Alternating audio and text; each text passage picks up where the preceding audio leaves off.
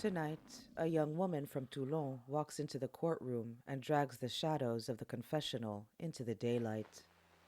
She says a man of God made her see angels, then taught her how to hear the devil. She says he wrote her letters that smelled of incense and sin. She names him a Jesuit priest beloved by some, feared by others.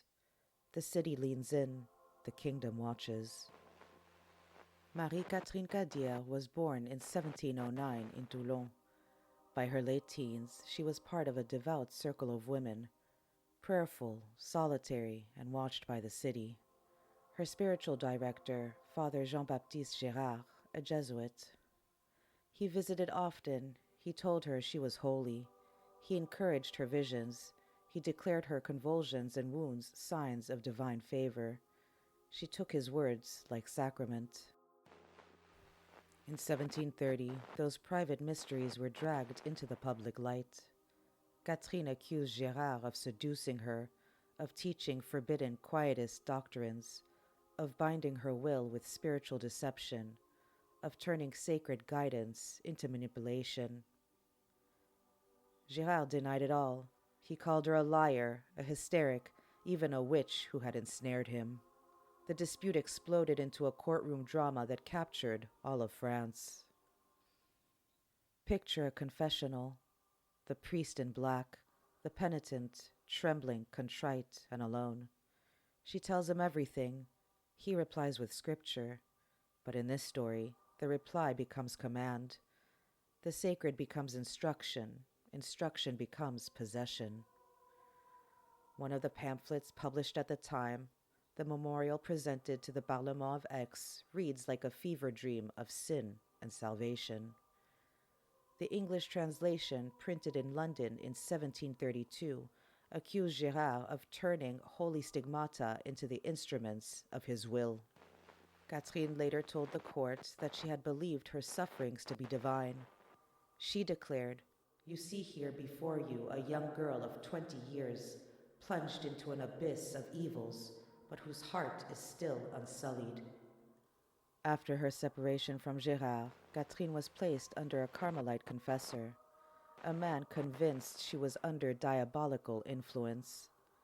He summoned fellow priests, relics, and the full Rituale Romanum. They gathered in the convent chapel of Aix, the mistral howling outside, candle flames bowing and breaking. Witnesses, nuns, clerks, even magistrates, crowded the room, eyes wide, quills ready. Exorciso te omnis immundi spiritus. I exorcise you, unclean spirit. The same words whispered over the possessed for centuries. Catherine convulsed, her spine arching backward, mouth foaming, words spilling from her lips, half prayer, half curse. Pamphleteers would later claim the demon spake through her mouth, mocking the name and the cross.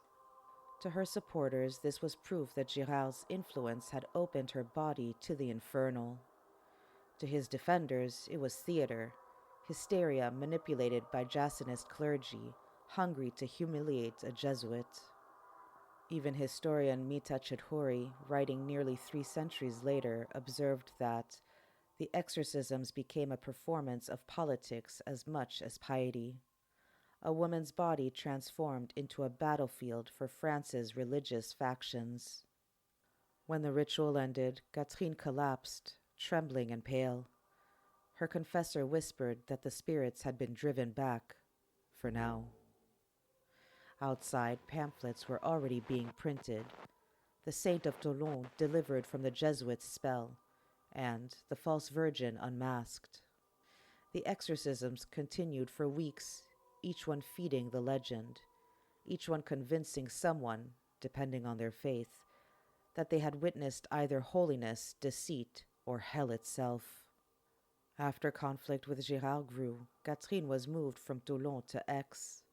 Her Carmelite confessor, aligned with the anti-Jesuit Jansenists, made her case a cause célébrée. Under his direction, her torments were documented, and her words copied into the court record. In a France where mystical visions had become suspect, Catherine's body was both weapon and warning, proof that piety could tip into possession. Quietism, the idea that the soul could commune directly with God, was already controversial.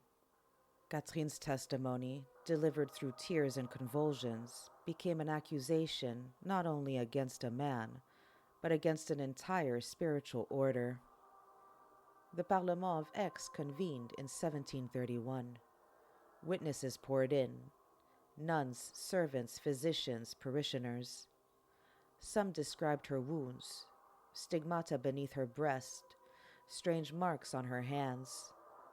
Others produced letters written in Girard's own hand, tender, confessional, incriminating.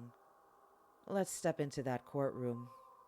The judge: Mademoiselle Cadière, were you ever touched without consent by Father Girard?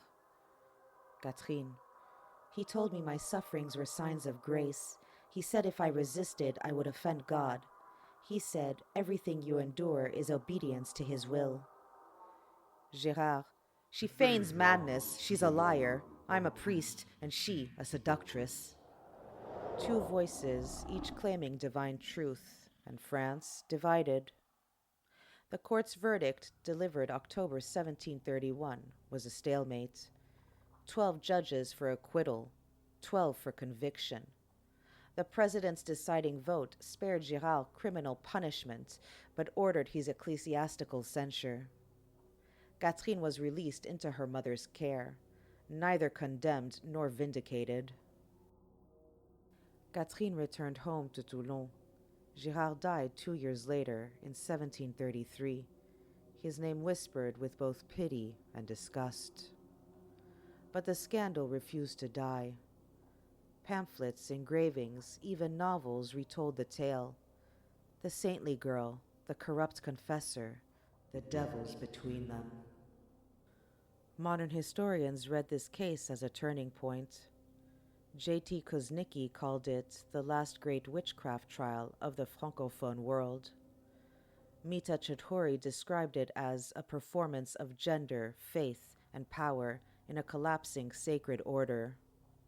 Through Catherine's body, France staged its anxieties about the church, about women's voices, about the boundary between ecstasy and madness.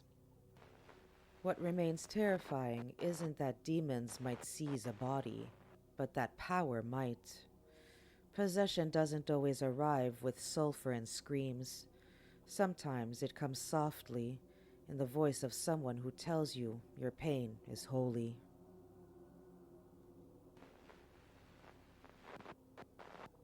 Tonight, keep your doors latched and your prayers honest. The line between a saint's ecstasy and a soul's undoing can be thinner than a curtain in confession.